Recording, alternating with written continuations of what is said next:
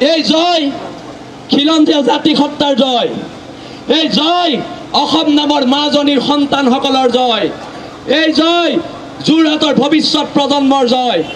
এতিয়া কথা হৈছে এই বাংলাদেশী কালপ্ৰিতটোক চিৰা আৰু বিড়ি খোৱা এই বাংলাদেশী কালপ্ৰিতটোক এৰেষ্ট কৰিব লাগিব লাগিব আৰু লাগিব।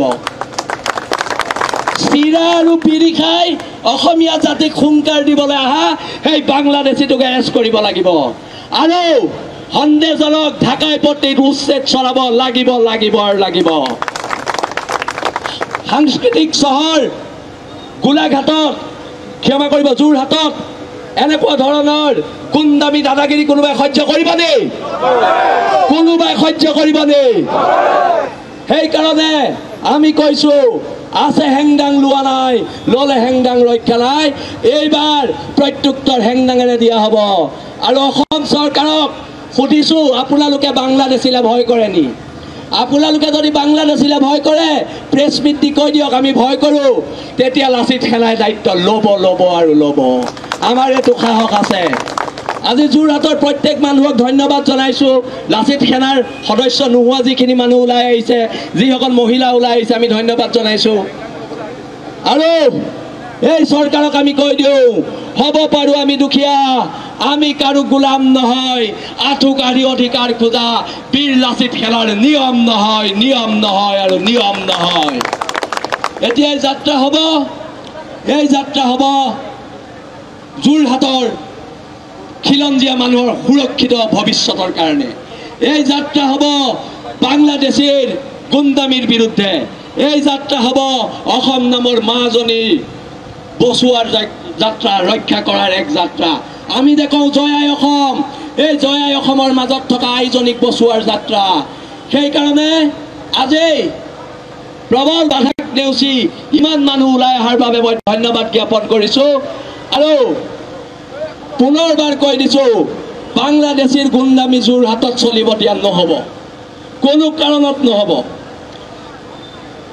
এতিয়া বৰ বেছি দীঘলীয়া নকৰোঁ, আমি আমাৰ যাত্ৰা আৰম্ভ কৰিম। সকলোৱে একেলগে যাত্ৰা আৰম্ভ কৰক আৰু মই অনুৰোধ জনাইছোঁ আমাৰ লাচিত সেনাৰ থিম ছংটো লগাই দিবলৈ। আৰু ইয়াত আমাৰ মাজত থকা খিলঞ্জীয়া মুছলমানসকলকো আমি ধন্যবাদ জনাইছোঁ, আপোনালোক যে যাত্ৰাত আমাৰ সহযোগী হৈছে, ধন্যবাদ।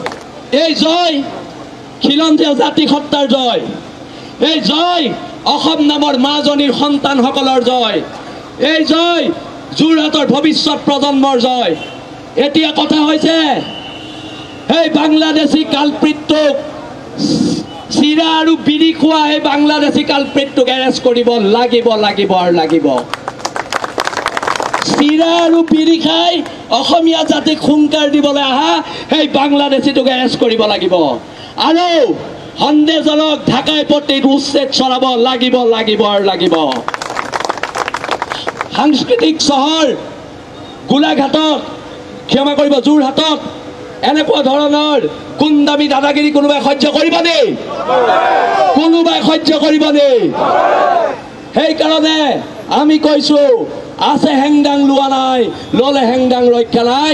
এইবাৰ প্ৰত্যুত্তৰ হেংদাঙেৰে দিয়া হ'ব আৰু অসম চৰকাৰক সুধিছোঁ আপোনালোকে বাংলাদেশীলে ভয় কৰে নি? আপোনালোকে যদি বাংলাদেশীলে ভয় কৰে প্ৰেছ মিট দি কৈ দিয়ক আমি ভয় কৰোঁ, তেতিয়া লাচিত সেনাই দায়িত্ব ল'ব ল'ব আৰু ল'ব। আমাৰ এইটো সাহস আছে। আজি যোৰহাটৰ প্ৰত্যেক মানুহক ধন্যবাদ জনাইছোঁ। লাচিত সেনাৰ সদস্য নোহোৱা যিখিনি মানুহ ওলাই আহিছে, যিসকল মহিলা ওলাই আহিছে, আমি ধন্যবাদ জনাইছোঁ। আৰু এই চৰকাৰক আমি কৈ দিওঁ হ'ব পাৰোঁ আমি দুখীয়া, আমি কাৰো গোলাম নহয়, আঁঠু কাঢ়ি অধিকাৰ খোজা বীৰ লাচিত সেনাৰ নিয়ম নহয়, নিয়ম নহয় আৰু নিয়ম নহয়। এতিয়া এই যাত্ৰা হ'ব, এই যাত্ৰা হ'ব যোৰহাটৰ খিলঞ্জীয়া মানুহৰ সুৰক্ষিত ভৱিষ্যতৰ কাৰণে। এই যাত্ৰা হ'ব বাংলাদেশীৰ গুণ্ডামিৰ বিৰুদ্ধে, এই যাত্ৰা হ'ব অসম নামৰ মাজনী বচোৱাৰ যাত্ৰা, ৰক্ষা কৰাৰ এক যাত্ৰা। আমি দেখোঁ জয় আই অসম, এই জয় আই অসমৰ মাজত থকা আইজনীক বচোৱাৰ যাত্ৰা। সেইকাৰণে আজি প্ৰবল বাধাক নেওচি ইমান মানুহ ওলাই অহাৰ বাবে মই ধন্যবাদ জ্ঞাপন কৰিছোঁ আৰু পুনৰবাৰ কৈ দিছোঁ বাংলাদেশীৰ গুণ্ডামি যোৰহাটত চলিব দিয়া নহ'ব, কোনো কাৰণত নহ'ব।